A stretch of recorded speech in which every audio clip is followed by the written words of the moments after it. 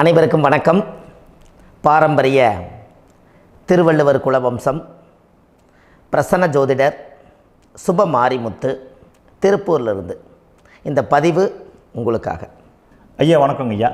வணக்கம் ஐயா. ஐயா இப்போது மக்கள் சார்பாக ஒரு கேள்வி இன்றைக்கி நான் கேட்கலான் இருக்கேன். கேளுங்க ஐயா. ஐயா அதாவது இந்த ஜாதகத்தில் முடக்கு இருக்கு, ஜாதகத்தையும் முடக்கிருச்சு, கண்டிப்பாக அதனால் வாழ்க்கையில் நிறைய பிரச்சனைகள் அப்படின்னு சொல்லி நிறைய பேர் கேட்குறாங்க. கண்டிப்பாங்க ஐயா. இந்த முடக்குங்கிறது என்னங்க ஐயா? அதற்கும் கர்மாவுக்கு ஏதாவது சம்மந்தம் இருக்காங்க ஐயா? ரொம்ப பற்றி சொன்னீங்கன்னா ரொம்ப உதவியாக இருக்குங்க. நல்ல கேள்விங்க ஐயா. இந்த கர்மாவே முதல்ல எங்கேருந்து வருது அப்படிங்கிறது தான் இப்போ நம்ம சொல்ல போகிறோம். இதுவரைக்கும் எத்தனையோ கருத்துக்களெல்லாம் நீங்கள் இந்த உலகத்தில் கேட்டிருப்பீங்க.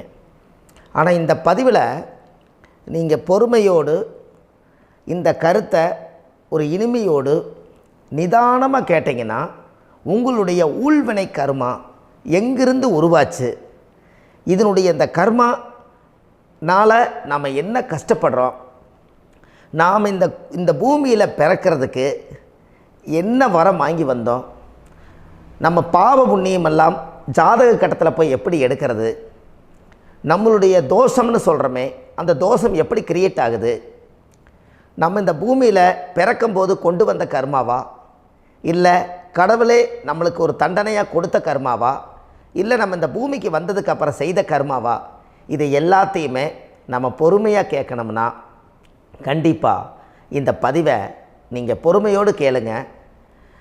உங்களுக்கு இதில் ஒரு பெரிய ஒரு ரகசியம் ஒன்று அடங்கியிருக்குது.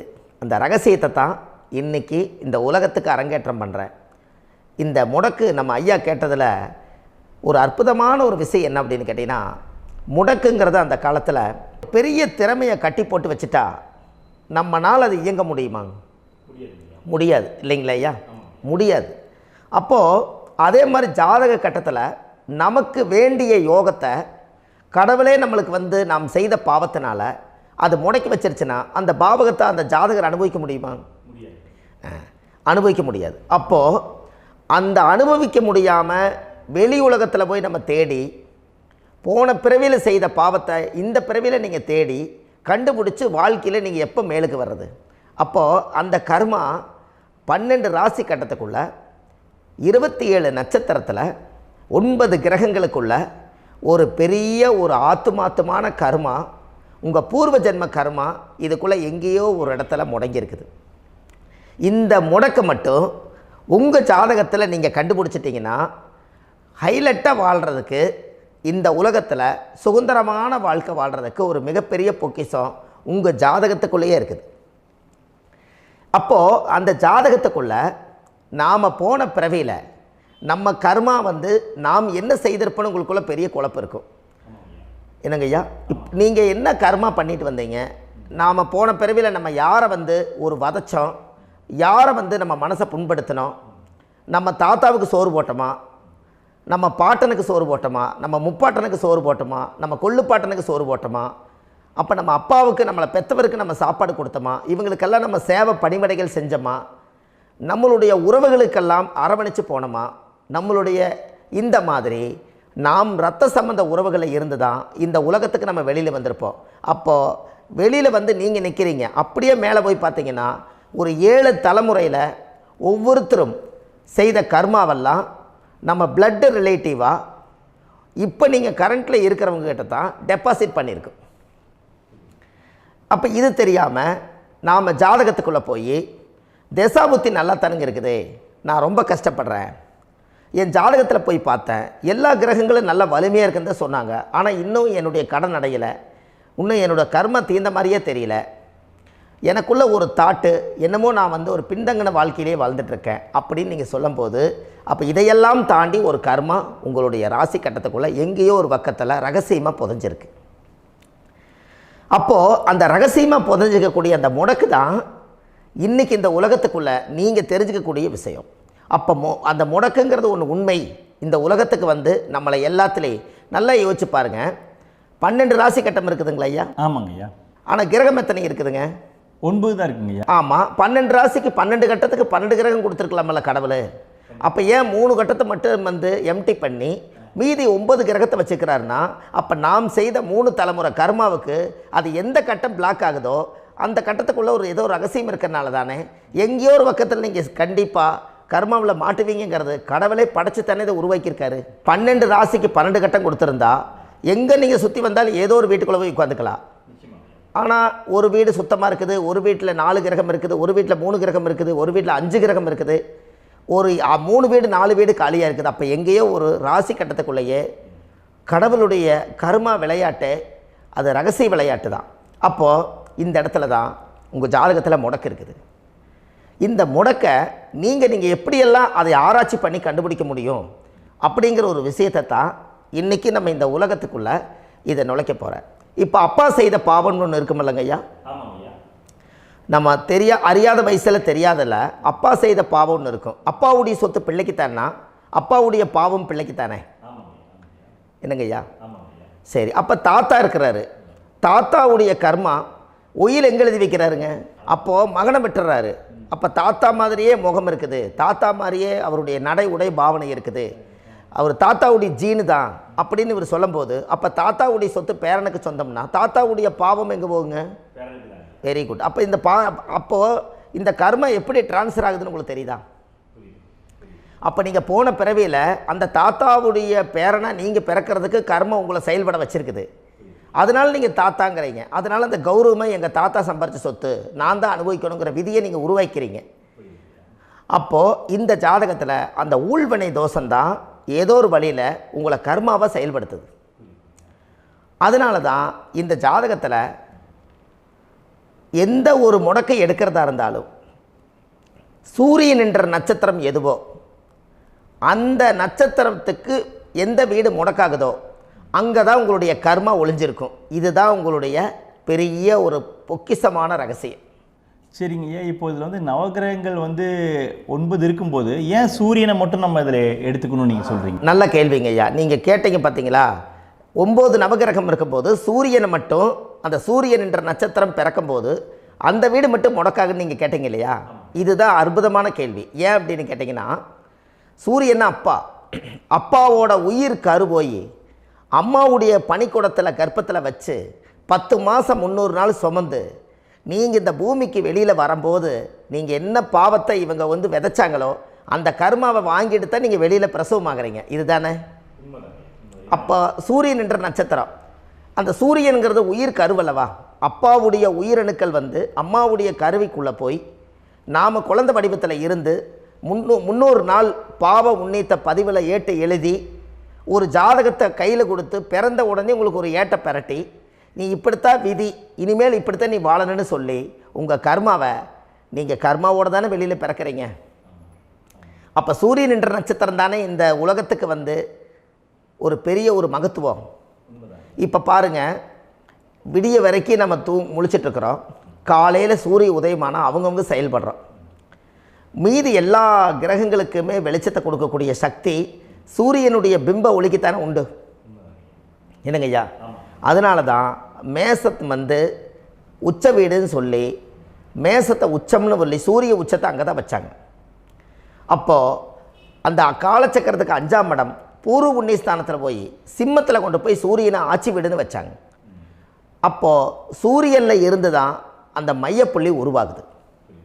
அப்போ உங்களுடைய ஜாதகத்தில் அந்த சூரியனாகப்பட்டவர் பிறக்கும்போது நீங்கள் உங்கள் ஜாதகத்தை நீங்கள் எடுத்துக்கங்க ஐயா. நீங்கள் இன்றைக்கே போய் கதவை திறந்து உங்கள் பெட்டியை திறந்து பீர்வாவுக்குள்ளே உங்களுடைய ஜாதகம் இருக்குது, அந்த ஜாதகத்தை எடுத்து ஜோதிடர்கிட்டையே நீங்கள் சந்தேகம் கேட்குறக்கு முன்பு நீங்களே உங்களுடைய கர்ம பற்றி தெரிஞ்சுக்கிறதுக்கு இந்த பதிவில் உங்களுக்கு ஒரு ரகசியத்தை சொல்லித்தரேன். உங்கள் ஜாதகத்தில் இப்போ இது வரைக்கும் ராசி கட்டத்தை நீங்கள் பார்த்துருப்பீங்க, ஆனால் பாதசாரம்னு ஒன்று இருக்கும் இல்லைங்களா? ராசிக்கு பாதசாரம்னு ஒன்று இருக்கும். சூரியன் என்ன நட்சத்திரத்தில் இருக்குது, சந்திரன் என்ன நட்சத்திரத்தில் இருக்குது, செவ்வாய் என்ன நட்சத்திரத்தில் இருக்குது, புதன் என்ன நட்சத்திர காலில் நிற்குது, இதெல்லாமே அந்த சாரம் இல்லாத ஜோதிடம் சோரம் போய்விடும். அதனால் அந்த சாரத்தில் நிற்கிது பார்த்தீங்களா கிரகம், அதில் இப்போ நீங்கள் உங்களுடைய ராசி கட்டத்தை ஓப்பன் பண்ணுங்கள். இதில் ராசி கட்டத்தில் சூரியன் என்ற நட்சத்திரம்னு ஒன்று இருக்கும் இல்லைங்களா? அது எதுவாக வேணாலும் இருந்துட்டு போட்டோம். அந்த நட்சத்திரம் தான் நீங்கள் பிறக்கும்போது தாயுடைய கருவறைக்குள்ள கரு உருவான நட்சத்திரமே அதுதான். புரிஞ்சுங்களா ஐயா? பிறக்கும்போது நீங்கள் அந்த கருவுடைய நட்சத்திரம் அப்பா வந்து கருவை உருவாக்கி கர்மாவை விதைச்சது அந்த சூரியன் என்ற நட்சத்திரம் தான். அந்த வீட்டுக்கு தான் இந்த ராசி கட்டத்தில் உங்களுக்கு முடக்கு உருவாகுது. புரிஞ்சுங்களா ஐயா? அப்போது ஒரு ஜாதகத்தில் சூரியன் என்ற நட்சத்திரம் எதுவோ அதுதான் உங்களுடைய கர்மா நட்சத்திரம். இப்போ நம்ம பிறக்காதுக்கு முன்னாடி அப்பா கட்டத்தில் அந்த கர்மா டெபாசிட் ஆகிருக்கும். அதை ட்ரான்ஸ்ஃபர் எப்படி பண்ணுறாரு? அவருக்கு ஒரு கல்யாணம் வச்சு அவர் குடும்ப வாழ்க்கையில் வாழ்ந்து நம்மளோட உயிர் கருவை கொண்டு போய் ஊராம் பொண்ணை கல்யாணம் பண்ணி பொண்டாட்டின்னு எடுத்துக்கொண்டு அந்த பொண்டாட்டிங்கிற உரிமையாகி இவருடைய உயிர் கரு உருவாகி வாரிசுகள் வெளியில் வருது. அதானங்க ஐயா? அப்போது அந்த சூரியன் என்ற நட்சத்திரம் தான் இந்த உலகத்தில் ஒரு பிரம்மாண்டமான நட்சத்திரம். இந்த நட்சத்திரம் உங்கள் மனசுக்குள்ளே ஏதாவது இருந்துச்சுன்னா உங்கள் வீட்டில் ஏதாவது ஒரு நல்ல விஷயங்கள் நீங்கள் பண்ணுறதா இருந்தால் அந்த கர்மா நட்சத்திரம் சூரியனுடைய நட்சத்திரம் இருக்குது பார்த்தீங்களா, அந்த நட்சத்திரத்தில் எந்த ஒரு சேவைகளும் செய்யக்கூடாது. அதுதான் கர்மா. அதை போய் நீங்கள் ஆக்டிவேட் பண்ணி விட்டீங்கன்னா அது முன்னோர்களை வந்து நீங்கள் வந்து தொந்தரவு பண்ண மாதிரி. அந்த கர்ம நட்சத்திரம் தான் உங்கள் வாழ்க்கையில் அது புதஞ்சிருக்கிறதா. இப்போ குழந்தை பிறந்தாலோ சீர் சீமந்தங்கள் நீங்கள் செய்கிறதாலோ கல்யாணம் முக்கிறதுனாலோ உங்கள் ஜென்ம நட்சத்திரத்தன்னைக்கு கல்யாணம் பண்ண வேண்டாம்னு சொல்லிக்கிறாங்கல்லங்க. உங்களுக்கு ஜென்ம நட்சத்திரத்துக்கு முன்னாடி உங்களை உருவாக்குன நட்சத்திரம் தான் ஜென்ம நட்சத்திரம். அப்போ சூரியன் என்ற நட்சத்திரம் அப்பாவுடைய ஜென்ம நட்சத்திரமாக அந்த ஊழ்வினை கர்மம் செயல்படுது. அப்போ அந்த முடக்கு யார் வழியில் வந்தது? முன்னோர்கள் வழியில் வந்தது. முன்னோர்கள் கட்டி வச்சது யாரைய? குலதெய்வத்தை. அப்போ அந்த குலதெய்வத்தை போய் சாமிக்கு போய் வீடு வாசல்லாம் வலித்து குலதெய்வத்தை போய் தேங்காய் பழம் பூ மாலை கல்கண்டு வாங்கி அர்ச்சனை பண்ணி ஒரு அன்னதானம் ஒன்று பண்ணிவிட்டு சாமிக்கு பொங்கல் வச்சு நைவேத்தியம் பண்ணிவிட்டு உங்கள் ஜாதகத்தை வச்சு பூஜை பண்ணிவிட்டு வாங்க. அதுக்கப்புறம் தான் உங்கள் கர்மாவை கண்டுபிடிக்கிறதுக்கு வழியே பிறக்கும். குலதெய்வத்தை வணங்காமல் கோவிந்தா கோவிந்தா என்று பல தெய்வத்தை வணங்கினாலும் பலனொன்றும் இல்லைன்னு அந்த காலத்தில் முன்னோர்கள் சொல்லி வச்சுக்கிறாங்களா இல்லைங்களா? அதனால் கண்டிப்பாக அதை கண்டுபிடிச்சி நீங்கள் அதுக்கு ஒரு நைவேத்தியம் பண்ணால் மட்டும்தான் முதல்ல உங்கள் 5ஆம் பாவம் முன்னோர்கள் அது வேலை செய்யும். குலதெய்வ ஆலயத்துக்கு போயிட்டு வாங்க. போயிட்டு வந்துட்டு இந்த கர்மவினை தோஷத்தை நிவர்த்தி பண்ணுறதுக்குண்டான சரியான பரிகாரத்தை நம்ம எடுப்போம். அப்போது உண்மையாலுமே ஒரு ராசி கட்டத்துக்குள்ளே இந்த மாதிரி ஒரு அந்த கர்ம தோஷம் இருப்பதனால இந்த கர்மா தோஷத்துக்கு அந்த முடக்க தோஷங்கிறத நீங்கள் எடுத்து அதை கண்டுபிடிச்சி அந்த சூரியன் என்ற நட்சத்திரம் எந்த ராசி கட்டத்தில் போய் முடக்காயிருக்குதோ அந்த முடக்கு எந்த பாவகம் வந்து நம்மளுக்கு லாக் ஆகிருக்குதோ அந்த பாவகத்துக்கு உண்டான பரிகாரங்கள் அதுக்குரிய ஸ்தலங்கள் அந்த கோவில்களில் போய் சுவாமிக்கு தேங்காய் பழம் பூமாலை கல்கண்டு வாங்கி அர்ச்சனை பண்ணி நீங்கள் இந்த கோவிலுக்குள்ளே போய் உட்காந்து சாமி கும்பிட்டு வந்தீங்கன்னா உங்களுடைய ஜாதகத்தில் இருக்கக்கூடிய அந்த முடக்கு தோசை நீங்கி வாழ்க்கையில் நீங்கள் எதை சாதிக்க வந்தீங்களோ அந்த சாதனையை நீங்கள் சாதிச்சிட்ருப்பீங்க. புரிஞ்சுங்களா ஐயா? ஏன் அப்படின்னா அந்த முடக்கு நட்சத்திரத்துக்குள்ளே தான் ஒரு தோஷம் இருக்குது. இப்போ அந்த காலத்தில் பாருங்கள் ஐயா, முன்னோர்கள் எல்லாம் நிறைய பேர் கோவில் கட்டி வச்சுட்டு போயிருக்காங்களா இல்லைங்களா? இந்த கோவில் எதுக்காக கட்டி வச்சுக்கிறாங்கன்னா அவங்க கட்டினவங்களுக்கும் அந்த முடக்கு தோஷம் இருந்திருக்குது. ராஜாக்கள் இருந்திருக்குது, மன்னர்கள் காலத்தில் இருந்திருக்குது, ஜமீன்தார் காலத்தில் இருந்திருக்குது. இப்போ அவங்களுடைய அமைப்புகள் எல்லாமே முன்னோர்கள் என்னமோ அறியாமல் தெரியாத தன்னடக்கம் இல்லாத ஒரு கர்மாவை இவங்க செஞ்சிட்டாலும் அதுக்குரிய பரிகார ஸ்தலங்களை கொண்டு போய் அந்த காலத்திலே ஜாதகம் பார்த்து நம்ம வந்து முன்னோர்களுடைய பாவத்தை நாம் செய்த பாவத்தையும் தீர்த்துட்டு நமக்கு கீழே அடுத்த சந்ததிகள் அடுத்த தலைமுறைகள் வந்தாலும் இந்த கோவில்களுக்கு வந்து விளக்கு போட்டு சாமி கும்பிட்டு இந்த மண்ணை மிதிச்சுட்டு போனால் அன்னையோடு அந்த கர்மா தீருங்கிறது அந்த காலத்திலேயே முடக்க தோஷ பரிகாரத்தை கோவில் வழியில் அந்த காலத்தை திசை திருப்பி வச்சுருக்காங்க. அப்போ நீங்கள் கோவிலுக்கு போகாமல் கண்டிப்பாக இந்த பரிகாரத்தை நீங்கள் உடைக்க முடியாது. ஏன் உடைக்க முடியாதுன்னா இப்போ நீங்கள் எத்தனை வருஷம் வாழ்கிறீங்க ஐயா? 120 வருஷமே வச்சுக்கோங்க. சூரியன் திசை 6 வருஷம், சந்திரன் திசை 10 வருஷம், செவ்வாய் திசை 7 வருஷம், ராகு திசை 18 வருஷம், குரு திசை 16 வருஷம், சனி திசை 19 வருஷம், புதன் திசை 17 வருஷம், கேது திசை 7 வருஷம், சுக்கிரன் திசை 20 வருஷம். இப்போ நான் சொன்ன டோட்டலெல்லாம் கூட்டிங்கன்னா 120 வருஷம் வரும். இது ஒரு மனிதர் பிறந்து பூரண ஆயுளோடு வாழ்ந்தால் இந்த 120 வருஷம் வாழ்ந்தால் அவர் இந்த பூலோக பதவி விட்டு சிவலோக பதவி போயிடுவார். அதுக்கு பேர் தான் பூரண ஆயுள் என்று பொருள். அப்போ இந்த பூரண ஆயுளை வாழ்ந்தவருக்கு 120 வருஷம். கோயில் எத்தனை வருஷம் வாழுதுங்க ஐயா? கோயில் பழங்காலத்து கோயிலெல்லாம் எத்தனை வருஷம் வாழுதுங்க? 12 வருஷத்துக்கு கும்பாபிஷேகம். அது ஓகே, அது பரவாயில்ல. 12 வருஷத்துக்கு ஒருக்கா பழசை புதுப்பிச்சு கும்பாபிஷேகம் பண்ணி மறுபடியும் அதுக்கு பவர் ஊட்டி சக்தி ஊட்டி அதுக்கு உருவேற்றுறாங்க. நான் சொல்கிறது கோயில் 5000 வருஷம் 4000 வருஷம் பெரிய பெரிய சித்தர்கள், மகான்கள், ரிஷிமார்கள், யோகிகள், சித்தர்கள் இவங்களெல்லாம் போய் கோவில்லையே சிவனையும் பெருமாளையும் வழிபாடு பட்டுட்டு கோவில்லையே ஒரு ஓரத்தில் ஜீவசமாதி ஆயிட்டாங்கன்னு பழைய கால கோயிலில் சித்தர்கள் குடியிருக்காங்களா இல்லைங்களா? இருக்காங்கல்லங்க ஐயா. அப்போது நாம் 120 வருஷம் வாழ்கிறோம், கோவில் 5000 வருஷம் வாழுது. எங்கே சக்தி அதிகமாக இருக்குன்னு சொல்லுங்க? கோவிலில் தாங்க ஐயா. கோயில் தான், அதில் ஒன்றும் மாற்றம் இல்லைங்களே. கோயில் தாங்க. அப்போ கோவிலில் தான் அந்த சக்தி இருக்குதுன்னு நீங்கள் சொல்கிறீங்க. அப்போ உங்களுடைய கர்மாவை உடைக்கிறதுக்கு 120 வருஷம் பெருசா 5000 வருஷம் பெருசான்னு சொல்லுங்கள்? 5000 தாங்க. அப்போ 5000 வருஷம் உள்ள அலைகள் எத்தனை அந்த சிவனுக்கு இப்போ சிவன் கோயிலே உங்களுக்கு முடக்கு தோஷத்துக்கு ஒரு கோயில் வருதுன்னு வச்சுக்கோங்க.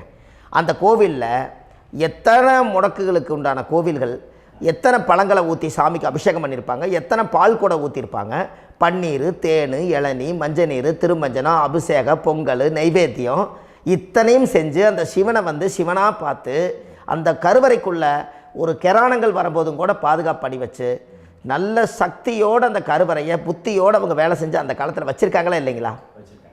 அப்போது நம்ம வீட்டை அவ்வளோ சுத்தமாக வச்சுருக்க முடியுமா? என்னதான் வாஸ்து இருந்தாலும் முடியாது இல்லைங்களா? அப்போது அவ்வளவு ஒரு பவர்ஃபுல்லான கோவில் அந்த முடக்கு தோஷத்துக்குள்ளே ரகசியமாக அந்த கோயில் அடங்கியிருக்குது. உங்கள் ஜாதகத்துக்குள்ளே உண்மையாலுமே ஊழ்வினை கோயில், கர்மவினை கோயில் அதுக்குள்ளே இருக்குது. அந்த ஜாதகத்தை கணிச்சு பார்த்தா கரெக்டாக உங்களுடைய ஜாதகத்தில் அப்பாவுடைய கருவறையிலேருந்து உயிர் உருவாகிற நேரத்தில் இருந்து இப்போ வரைக்கும் நீங்கள் கரண்ட்டில் வாழ வரைக்கும் அந்த கர்ம கூட வர்றதை ஒரே ஒரு இடத்துல போனால் மட்டும்தான் விட்டுட்டு வர முடியும். அது எந்த வீடு அப்படின்னு கேட்டால் உங்களுக்கு அப்பாவுடைய கர்மா வழியில் போய் அந்த கோவில் பழையகால கோயில், பழையகால தெய்வங்கள், அந்த கோவில் தான் உங்கள் ஜாதகத்துக்குள்ள ரகசியமாக இருக்கும். அது ஏன் இந்த பதிவில் உங்களால் சொல்ல முடியாது அப்படின்னா, இந்த பதிவில் ஏன் உங்க சொல்ல முடியாதுன்னா உங்கள் ஜாதகம் தெரியாமல் என்ன கோயிலை நீங்கள் சொல்லுவீங்க? இப்போ பொதுவாக ஒரு நட்சத்திரத்துக்கு ஏதோ ஒரு கோவிலை அவங்க சொல்லி நீங்கள் போயிட்டு வர்றீங்கன்னு வச்சுக்கோங்க. ஆனால் அது வேலை செய்யலைன்னா நம்மளுக்கு என்னங்க இவ்வளோ கஷ்டப்பட்டு போய் அதை பலனடையிலேன்னு கேள்வி கேட்டக்கூடாது. உங்கள் ஜாதகத்தை நீங்கள் கொண்டாங்க, உங்கள் டேட் ஆஃப் பர்த் டயத்தை போட்டு ஜாதகத்தை கணிச்சு நீங்கள் சூரியன் என்ற நட்சத்திரத்துக்கு உங்களுடைய கர்மவினை கோவில் யார், உங்களுடைய முடக்கு யார், ஊழ்வனை தோஷத்துக்கு உண்டானவர் யார், தாய் வழி கர்மா யார், தந்தை வழி கர்மா எது, நீங்கள் பிறக்கும்போது வந்த கர்மா என்ன, இது எல்லாம் கணிக்காமல் பொதுவாக ஒரு கோயிலில் போய் நீங்கள் பாட்டுக்கு சாமி கும்பிட்டு வந்தால் பலன் எப்படி கிடைக்கும்? கண்டிப்பாக கிடைக்காதுங்க ஐயா. என்னங்க ஐயா? அது தெரிஞ்சு பண்ணாதான் சரியா? ஒரு டாக்டர்கிட்ட போகிறீங்க, என்னை அப்படியே ஸ்கேன் பண்ணி ஒரே ஒரு மாத்திரை கொடுங்கன்னு கேட்டால் டாக்டர் கொடுப்பாருங்களா? அவர் என்ன பிரச்சனை இருக்குதோ அதை முதல்ல கண்டுபிடிச்சி ஸ்கேன் பண்ணி பார்த்து ரிப்போர்ட் எடுத்து அது மூலியமாக தான் கொஞ்சம் எடுத்து ஐயா உங்களுக்கு இந்த பிரச்சனை, இதுக்கு தீர்வுக்கு இதுக்குண்டான மெடிசன், இது இப்படித்தான் சாப்பிடணும்னு அது முறையாக சொல்லி அந்த உயிர் வாழ வைக்கிறாரு டாக்டர். அவர் ஒரு தெய்வ வடிவத்தில். கரெக்டுங்களா ஐயா? அப்போ உங்களோட கர்மா எங்கே செயல்படுது அப்படின்னா, இந்த முடக்க நீங்கள் இந்த பதிவில் தெரிஞ்சுக்கங்க. அதுக்குரிய நட்சத்திரம் என்னன்னு தெரிஞ்சு வச்சுங்க. உங்கள் ஜாதகத்தில் சூரியன் என்ற நட்சத்திரத்தை எடுத்துக்கங்க. அந்த வீட்டுக்கு முடக்க இந்த பதிவில் எந்த வீடு லாக் ஆகிருக்குதுங்கிறத நான் உங்களுக்கு இந்த வீட்டில் சொல்கிறேன். அந்த வீட்டு நீங்கள் பாருங்கள், உங்களுடைய லக்கணத்துக்கு அது எந்த வீடு. இப்போ லக்கணத்துக்கு ஒரு 7வது வீடுன்னே வச்சுக்கோங்க. அப்போ லக்கணத்துக்கு 7வது வீடே முடக்கு.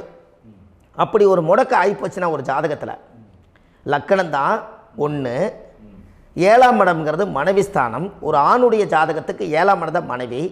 அவருக்கு நல்ல மனைவி அமையாமல் ஆடம்பரம் இருந்தும் வீடு அரண்மனை மாதிரி இருந்தும் அந்த மனைவியை ஒரு சந்தோஷமாக அவர் அனுபவிக்க முடியாது. புரிஞ்சுங்களா ஐயா? சந்தோஷமாக அனுபவிக்க முடியாது. ஏன் அப்படி? 7ஆம் இடத்துல தான் அவரோட கர்மா உட்கார்ந்துருக்குது. கரெக்டாக சொன்னீங்க. 7ஆம் இடத்துல தான் அந்த கர்மா உட்கார்ந்துருக்குது. அப்போ அந்த 7ஆம் இடத்துல இருக்கக்கூடிய அந்த கர்மா போன பிறவியில் நீ மனைவிக்கு சோறு போடாமல் மனைவியை கட்டி வச்சு அடிக்கிறதும், மனைவியை துன்புறுத்துறதும், அந்த மனைவி இருக்கவே இன்னொரு வாழ்க்கைக்குள்ளே போகிறதும், இங்கே வாழ வேண்டிய தாம்பத்திய சந்தோஷத்தை கொண்டு போய் இன்னொரு இடத்துல கொடுக்கறதும், தெரிஞ்சிருந்தே நம்மளுடைய மனசுக்குள்ளே திருடுத்தனமாக வாழ்கிறதும், இது எல்லா கர்மாவும் போன பிறவியில் நாம் செய்த ஊழ்வினை கர்மா தான் உங்கள் ஜாதகத்தில் 7ஆம் இடம் முடக்கு. அப்போ அந்த 7ஆம் இடம் முடக்கா இருந்துச்சுன்னா கண்டிப்பாக உங்கள் ஜாதகத்தில் நீங்கள் என்ன அனுபவிச்சிட முடியும்? நல்ல நண்பர்கள் கிடைக்க மாட்டாங்க, நல்ல ஒரு பார்ட்னர்ஷிப் அமையாது, நல்ல ஒரு நட்பு வட்டங்களில் எதையும் அனுபவிக்க விடாது, ஒரு அங்கீகாரமான உறவுகளில் போய் நம்ம ஸ்ட்ராங்காக நிற்க முடியாது. 7ஆம் இடம் என்பது தாம்பத்திய வாழ்க்கை, பூர்த்தி இல்லாத வாழ்க்கையாக இருக்கும். இப்படியெல்லாம் அந்த ஜாதகத்தில் ஒரு பொதுவாக ஒரு ஜாதகத்தில் 7ஆம் பாவம் முடக்காயிட்டால் இந்த கர்மாவை அவர் அனுபவிச்சுக்கிட்டே இருப்பார். இது எப்போத்தான் அதுக்கு ஒரு தீர்வு வேணுங்கய்யா? அந்த கோயில் எதுன்னு நீங்கள் கரெக்டாக சொன்னீங்க. இப்போ இது மனிதனால் செயல்படுது. மனிதர்கள் தான் கோயிலை கட்டி வச்சாங்க. தெய்வத்தை விட ஒரு காலத்தில் மனிதர்களுக்கு மகிமை ஜாஸ்தி. ஏன்னா சாதாரண ஒரு மண் பூமியாக இருந்த இடத்த மனிதர்கள் தான் கோயில் கட்டி ஒரு மகிமைப்படுத்தி புண்ணியம் பண்ணி வச்சாங்க. மனிதர்களுக்கு சக்தி அதிகம்தான், ஆனால் பிரபஞ்சத்துக்கு அதை விட சக்தி அதிகம் அல்லவா? ஐயா, நீங்கள் கோவிலுக்கு போய் அந்த கர்மா உடைக்கிறதுக்கு கோவிலில் சக்தி இருக்குது, ரைட்டு. ஆனால் நம்ம வீட்டுக்கும் கோயிலுக்கும் ஒரு மிகப்பெரிய தொடர்பு என்னென்னா, அந்த கோயில் கட்டுறவங்க எல்லாமே பழைய காலத்து கோயிலெல்லாம் பாருங்கள், பஞ்சபூதத்தை வச்சு கட்டியிருப்பாங்க. பஞ்சபூதத்தை வச்சு தான் கட்டுவாங்க கோயில். அது உங்களுக்கு தெரியணும் இல்லைங்களா? பஞ்சபூதம்னா நீர், நெருப்பு, காற்று, பூமி, ஆகாயம்.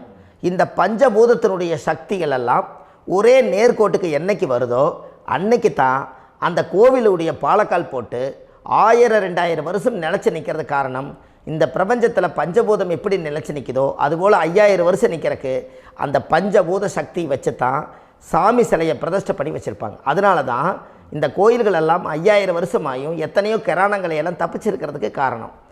அப்பேற்பட்ட புண்ணிய ஸ்தலம் உங்களுக்கு எதுன்னு தெரியணும் அல்லவா? என்னங்க ஐயா? அப்பேற்பட்ட புண்ணிய ஸ்தலம் உங்களுக்கு எதுன்னு தெரிஞ்சால் தானே நீங்கள் போய் செய்ய முடியும், இல்லாட்டி கண்டிப்பாக தெரியாது. அப்போ இந்த முடக்கு தோஷத்தை கடவுள்கிட்ட கொண்டு போய் ஒப்படைக்கணும். நாம் பிறக்கும் போது கொண்டு வந்த கர்மாவை நாம் இருக்கும் காலத்தில் கொண்டு போய் இந்த கர்மாவை சுத்தப்படுத்தி, நீங்கள் பாவ ஆத்மாவை இந்த பூமியில் பிறந்து பூலோகத்தில் எல்லா புண்ணியத்தையும் செஞ்சுட்டு இந்த பூலோகத்தை விட்டு நீங்கள் போகும்போது புனித ஆத்மாவாக போகணுன்னா உங்கள் கர்மாவை கொண்டுட்டு போகாதீங்க, கர்மாவை நிவர்த்தி செய்யுங்க. என்னங்க ஐயா? அப்போ கர்மாவை சுத்தப்படுத்துங்க. கர்மாவை சுத்தப்படுத்திட்டு உங்களுக்கு பிறக்கிற குழந்தைகளுக்கு அந்த கர்மாவை டிரான்ஸ்ஃபர் பண்ணாமல் உங்களோட நில் பண்ணுங்க. ஒரு உதாரணம் சொல்லட்டுங்களா ஐயா? ஒரு காந்தம் ஒன்று இருக்குது இல்லைங்களா? ஒரு காந்தம்ங்கிறது ஒரு தாத்தாவாக வச்சுக்கோங்க. ஒரு இரும்பை கொண்டு போய் வச்சா ஒட்டு மோட்டாதா? அப்போ ஒட்டுனோடனே காந்தம்ங்கிறது தாத்தா, அவருக்கு பிறந்த வாரிசுக்கு அந்த கர்ம டிரான்ஸ்ஃபர் ஆயிருமா? சரி, இன்னொரு இரும்பை கொண்டு போய் வைங்க, ஒட்டு மோட்டாதா? அப்போ அது பேரனுக்கு வைங்க, பேரனுக்கு வந்துருச்சு அந்த கர்மா. இன்னொரு இரும்பை கொண்டு போய் வைங்க, அந்த காந்தத்துக்கு நேர் இன்னொன்று வைங்க, ஒட்டு மோட்டாதா? அப்போ அதை கொண்டு போய் நம்ம கொள்ளு பேரனுக்கு வைங்க. இப்படியே டிரான்ஸ்ஃபர் ஆகி தலைமுறையாக இந்த கர்மா தொடர்ந்துக்கிட்டே இருக்குது. இந்த இடத்துல கொண்டு போய் காந்தத்துக்கு இரும்பு ஒட்டிகிட்டே இருக்குதுல்ல, இந்த இடத்துல ஒரு மரக்கட்டை செஞ்சு கொண்டு போய் கரெக்டாக வச்சுக்கினே போட்டுமா? அந்த மரக்கட்டையை கொண்டு போய் வைக்கிறவர் யார்? மரக்கட்டை வச்சுட்டு அடுத்த வாரிசு புனிதமாக பிறந்துட்டு அந்த மேலே இருக்கிற கர்மாலாம் இந்த அடுத்த இதுக்கு வராதில்ல. இதுதாங்க ஐயா கர்மா. தொடர்ந்து வரக்கூடிய கர்மாவை அதை நில் பண்ணணுங்கிறதுக்கு பேர் தான் இந்த உதாரணத்தை சொன்னவங்களுக்கு. அப்போ நாம் இந்த பூலோகத்தில் நம்ம ஒரு தாயுடைய கருவறையில் இருந்து தொப்புள் கொடி அறுக்கும் நேரம் நாம் என்ன கர்மாவை வாங்கி வந்திருந்தாலும் அதையெல்லாம் ஆராய்ச்சி செய்து ஜாதகத்தில் முழுமையாக கண்டுபிடிச்சி ஒரு காலம் இல்லைனாலும் ஒரு காலம் நம்ம நல்லா இருக்கிறதுக்காக, நம்ம வாரிசுகள் எல்லாம் நலமடைஞ்சு வளமடைஞ்சு வர்றதுக்காக இந்த கர்மா தோஷத்தை கரெக்டாக கண்டுபிடிச்சி சரியான கோவிலுக்கு போய் நீங்கள் கர்மாவை நிவர்த்தி பண்ணி அங்கே பூஜை புனஸ்தானங்கள், சகசரநாம பூஜைகள், ஓமங்கள், வழிபாடுகள் இதெல்லாம் நீங்கள் செஞ்சு உங்களுடைய பாவத்தை எல்லாம் கழித்து உங்கள் ஜாதகத்தவே யோகமாக மாற்ற முடியும். கண்டிப்பாக மாற்ற முடியும். ஏன்னா நம்ம யாரை நம்பி செய்கிறோம்? சரியான கடவுள்கிட்ட வழிகாமிக்க போகிறோம். அப்போ கடவுள் பொய்யாயிருவாரா? ஐயா நம்ம அதாவது அந்த காலத்தை சொல்லுவாங்க, சத்தியுள்ள சாமி கும்பிட்டு புத்தி உள்ள உள்ளே பெக்கணும்னு சொன்னாங்க. 16 வதபதன்னு பெக்கலை, எல்லாம் அறிவோடு பெற்றாங்க. அதனால் எல்லாமே தாய் தந்தைகள் பேச்சை கேட்டாங்க. அன்றைக்கி எல்லாருமே தாய் தந்தைகளுக்கு தூணாக நின்னாங்க. அப்போ அந்த காலத்தில் சத்தியுள்ள சாமி கும்பிட்டு புத்தி உள்ள உள்ளே பெக்கணும்னு சொல்லி அன்றைக்கி அறிவோடு பெற்று இந்த கர்மாவை ஆளுக்கு ஒரு கர்மாவை டிரான்ஸ்ஃபரை பிரித்து எல்லாரும் சுத்தப்படுத்தினாங்க. இன்றைக்கி நம்ம ஒரு குழந்தை 2 குழந்தை பெற்று வச்சுருக்கோம். அவங்களுக்கே இவ்வளவு கர்மா வந்துருச்சுன்னா இந்த குழந்தைகளுக்கு என்னைக்கு இந்த கர்மாவை போய் கண்டுபிடிச்சி நீங்கள் எப்போ சரி பண்ணுவீங்கன்னு. அப்போ இந்த வாழ்க்கையில் ஏதோ ஒரு பிரபஞ்ச சக்தி நம்மளை அறியாமல் என்னமோ ஒரு இயக்கத்தில் கொண்டு போய் விட்டுருச்சுங்களா? அப்போ இனிமேலாவது இந்த கர்மாவில் இருந்து கண்டிப்பாக நம்ம நிவர்த்தி ஆகணும்னு சொன்னால் இந்த முடக்கு தோஷத்தை யாரெல்லாம் கண்டுபிடிச்சி இந்த ஊழ்வினை கர்மாவில் இருந்து நாம் கருவறையில் சுமக்கும் போது 10 மாதம் நீங்களாம் என்னென்ன நினச்சிருப்பீங்க? அதாவது கருவறைக்குள்ள கருப்பாக ஒரு பிண்டம் இடப்பக்கம் கிடக்கையில் இந்த பூமிக்கு வரும்போது நீங்கள் என்னென்ன நினச்சிருப்பீங்க? இந்த பிறந்ததுக்கு அப்புறம் வந்து தான் அம்மா தெரியுது, அப்பா தெரியுது, தாத்தா தெரியுது, பாட்டி தெரியுது, இந்த உலகத்தில் கண்கொள்ளாத காட்சிகள் எல்லாம் தெரியுது, எல்லாம் தெரியுது. ஆனால் 10 மாதம் உங்கள் வாழ்க்கையில் நீங்கள் இருக்கும்போது நீங்கள் என்னென்னலாம் நினச்சி இந்த பதிவில் இறைவன் கொடுத்தாரோ அதையெல்லாம் அனுபவிக்கத்தான் வந்தீங்க. அதுக்கு இடையில இருக்கிறதான கர்மா. இந்த ஒரு விஷயம் உங்களுக்கு கிடச்சிருச்சுன்னா நீங்கள் எல்லாருமே ராஜயோகமாக பிழைப்பீங்கள்ல. இதில் ஏழை பணக்கார யாரையுமே சொல்ல வரல. அவங்க பிறக்கும்போது புண்ணியத்தை பொறுத்து தான் போன ஜென்மத்தில் நம்ம என்ன புண்ணியங்கள் பண்ணி வச்சோமோ அந்த புண்ணியத்தில் இன்றைக்கி நல்லா வாழ்கிறாங்க. ஒருத்தர் கேட்டார், என் ஜாதகத்தில்ங்க எங்கூட படித்தவர் இடம் வாங்கிட்டார், வீடு வாசல் கட்டிட்டார், தொழில் பண்ணிட்டார், நல்லா இருக்கார், ஆனால் நான் இன்னும் அப்படியே தான் இருக்கிறேங்கன்னு ஒருத்தர் கேட்டார். அதுக்கு ஒரு கருத்து என்னென்னா, டேட் ஆஃப் பர்த் ஒன்று தான், டைம் ஒன்று தானே வச்சுக்கோங்க. அவங்க அப்பா செஞ்ச புண்ணியம் வேறு, நீங்கள் செஞ்ச பாவங்கள் வேறு. அவர் செஞ்ச புண்ணியத்தினால அவருக்கு எல்லாமே முன்னாடி கிடைக்கிது. நீ கர்மாவெல்லாம் கழிச்சிட்டினா பின்னாடி கிடைக்க போகுது. இதில் மற்றவங்களை பற்றி வேற்றுமையாக நினைக்கிறதுல எந்த ஒரு இதுவுமே இல்லை. அப்போ ஒருத்தர் பார்த்து ஒருத்தர் வாழ வேண்டாம். உங்களுடைய சுய அறிவை வச்சு இந்த பூலோகத்தில் இந்த பூமியில் நீங்கள் 4 தெரிஞ்சு நல்ல விதமாக கற்றுக்கிட்டு இந்த உலகத்தில் சிறப்பாக வாழ கற்றுக்குங்க. அதுக்கு அந்த ஊழ்வினை தோஷத்தை கண்டுபிடிங்க. உங்களுக்குன்னு ஒரு முடக்கு இருக்குதுங்கிறத இன்றைக்கி நீங்கள் எழுதி வைங்க. அதை எப்படியாவது கண்டுபிடிங்க, அதை தேடுங்க. ஒரு முறை நீங்கள் ஜாதகத்தை கொண்டு வாங்க. அந்த ஜாதகத்தை கொண்டு வந்து உங்கள் பாவகத்தில் எத்தனாம் பாவம் முடக்காயிருக்குதுன்னு பாருங்கள். அந்த பாவகம் முடக்காயிருச்சுன்னா உங்கள் வாழ்க்கையில் அதிலிருந்து உங்களால் வெளியில் வரவே முடியாது, கண்டிப்பாக வர முடியாது. அதை நீங்கள் கண்டுபிடிச்சா மட்டும்தான் நீங்கள் மேலே வர முடியும். ஏன்னா நிறைய பரிகாரங்கள், பூஜைகள், யாகங்கள், ஓமங்கள் எல்லாம் செய்து வச்சும் கூட அந்த கர்மவினைக்கு உண்டான கோவிலுக்கு போய் அந்த 5000 வருஷ பழமை வாய்ந்த தெய்வத்துக்கிட்ட போய் நீங்கள் முறையிட்டு விளக்கு போட்டு உங்கள் கர்மத்தை எல்லாம் நான் நீ தான் தீர்த்து கொடுக்கணும்னு சொல்லி நம்பிக்கையோடு நீங்கள் போய் அந்த சரணாகதி அடையிறீங்க பாருங்கள், அங்கே தான் உங்கள் கர்மாவை எடுத்து விடுறாரு. அப்போ இந்த ரகசியம் உங்களுக்கு வேணுமல்லவா? அப்போ உங்கள் ஜாதகத்தில் எங்கே முடங்கி அதுக்குரிய கோவில்கள் எல்லாம் என்ன, அதுக்கு தான பரிகாரம் என்ன, அதுக்கு நீர் பரிகாரம் என்ன, யாத்திரை பரிகாரங்கள் என்ன, நீங்கள் வீட்டில் இருந்தே செயல்படுத்தக்கூடிய பரிகாரங்கள் என்ன, பரிகாரம் கோவிலுக்கு போய்த்தான் நடக்குமா, இல்லை நாம் வீட்டில் வச்சு வணங்குறதுனால நடக்குமா, நாம் செய்யக்கூடிய தர்ம பரிகாரங்கள் என்ன, தான பரிகாரங்கள் என்ன, இப்படி பல விதமாக இருக்கிறனால உங்கள் ஜாதகத்துக்கு எந்த மாதிரி பரிகாரம் கனெக்ட் ஆகுதுங்கிறது தெரியணும். இது தெரியாமல் கண்டிப்பாக உங்களால் செயல்படுத்துறது ரொம்ப கஷ்டம். இதனால் இதை நீங்கள் தெரிஞ்சுக்கணும்னா இப்போ நம்ம பாருங்கள், நீங்கள் அந்த தெரிஞ்சுக்கிட்டாலே உங்கள் வாழ்க்கையில் ஒரு டைம் தான் நீங்கள் தெரிஞ்சுக்க போகிறீங்க. உங்களுடைய கர்மா என்ன, நீங்கள் எங்கே செயல்பட்டு போயிட்டுருக்கிறீங்க, உங்கள் போகிற பாதை சரியா இல்லை அந்த பாதையில் முள்ளு கல் இருக்குதா, இது எல்லாம் உங்களுக்கு தெரியலனா இந்த முடக்கை கண்டுபிடிக்கக்கூடிய சக்தி வாய்ந்த இந்த கர்மாவை நிவர்த்தி பண்ணுறதுக்கு வழிகள் இருக்குது. அதனால் நீங்கள் கண்டிப்பாக இந்த முடக்கை தெரிஞ்சுக்கணும். இந்த முடக்கு ராசினா என்ன உண்மையாலுமே உங்கள் வாழ்க்கையில் நீங்கள் தெரிஞ்சு இனிமேல் உங்கள் வாழ்க்கையில் இதுவரையிலும் கர்மாவுக்குள்ளேயே கஷ்டப்பட்டீங்க, வழி தெரியாமல் கண்ணை கட்டி காட்டில் விட்ட மாதிரி இருந்தீங்க. இனி அப்படி இருக்க வேண்டாம். உங்கள் ஜாதகத்தில் 12 ராசி கட்டத்தில் 9 கிரகம் போகும், மீனி 3 கிரகம், 3 கட்டம் உங்களுக்கு எங்கேயோ ஒரு பக்கத்தில் 3 கட்டம் எம்டியாக தான் இருக்கும். கரெக்டுங்களா? அது இல்லாமல் ஒரு ஜாதகம் பிறக்காது. ஏன்னா 9 கிரகத்துக்கு 9 கணக்கு போட்டால் 3 கட்டம் எம்டியாக தான் நிற்குது. அந்த கட்டத்துக்குள்ளே எந்த நட்சத்திரத்தில், எந்த சாரத்தில், எத்தனாவது டிகிரியில், எத்தனாவது பாதசாரத்தில், எத்தனை வெகுளையில், எத்தனை செகண்டுக்குள்ளே இந்த கர்மா உள்ளே புகுந்து உங்களை செயல்படுத்துதுங்கிறத கண்டிப்பாக உங்கள் ஜாதகத்தை கொடுங்க. பார்த்து இந்த விஷயத்தை சொல்கிறேன், நீங்கள் அந்த இடத்துக்கு போய் நிவர்த்தி பண்ணிவிட்டு உங்கள் வாழ்க்கையில் கொஞ்சம் காலம் வாழ போகிறீங்க. பாருங்கள், பிறந்ததுலேருந்து 20 வருஷத்துக்குள்ளே இளமையாக வாழ்கிறீங்க, குழந்தையாக வாழ்கிறீங்க. 20லேருந்து 40 வயசுக்குள்ளே தான் உங்களுக்கு ஒரு பொண்ணை பார்த்து கல்யாணம் பண்ணி ஒரு கரு உருவாக்குறீங்க. அதுக்கப்புறம் 40லேருந்து 60க்குள்ளே குழந்தை பெற்று கடமை முடிச்சிடுறீங்க. 60 வயசுக்கு மேலே ரிட்டையர்ட் ஆகிடுறீங்க.